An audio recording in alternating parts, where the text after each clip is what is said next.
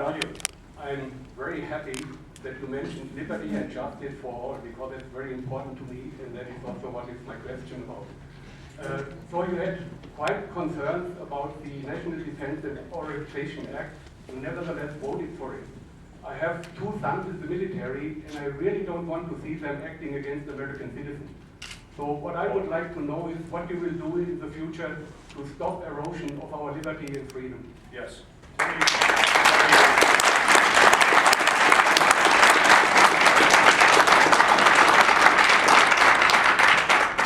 Mr. name, sir? Peter Hockheimer. I don't know if Tony likes it, but I'm also an emeritus retired professor and chair of CSU. My name is Peter Hockheimer. I'm a retired professor and a chair here at CSU. How about if I call you professor? Can I do that?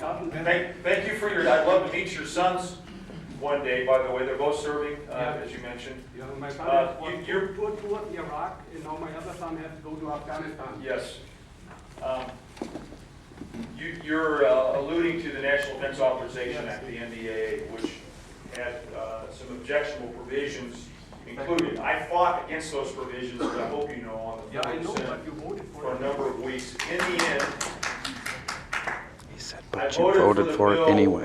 With serious and grave reservations. There were so many important elements in the bill that I felt needed to move forward, including additional policies to help the military become more energy self-reliant. The military, by the way, is leading in many of these new energy technologies because they understand the price of being dependent on foreign oil. There are a set of policies that apply to your children and how we compensate them for their service. There were provisions that were focused on the kind of hardware that we're going to buy to protect our country. So there were many, many important provisions in a very significantly sized bill. Having said that, it was a tough pill for me to swallow because of these detainee provisions, which overreach and which were opposed by the Director of the FBI, the Secretary of Defense, the Attorney General, and the White House, at least initially.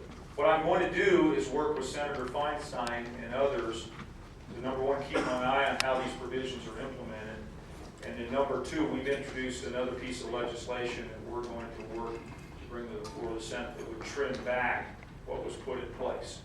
But I appreciate your attention to this. I thank all of you who supported me in what was a pretty lonely fight. I started out in the Armed Services Committee as one no vote, 26 yes votes and one no vote in the committee last summer. And I was, though, inspired by the input that you all had given me and my concern that we always are tempted in the interest of security to limit our civil liberties. And we always find that that was the wrong course of action. In the Second World War, we interned Japanese Americans in our own state here. That was the wrong thing to do, and it didn't strengthen us. During the First World War and the aftermath of the First World War, we implemented the so-called Palmer Raids. Palmer Raids were searching for communists and other Americans who some thought were hell-bent on overturning our government and acting in traitorous fashions. In fact, they were just voicing their point of view. Even Lincoln suspended the writ of habeas corpus during the Civil War. All of those were seen as mistakes. I hope I'm wrong. I hope this isn't seen as a mistake, but I'm always mindful of what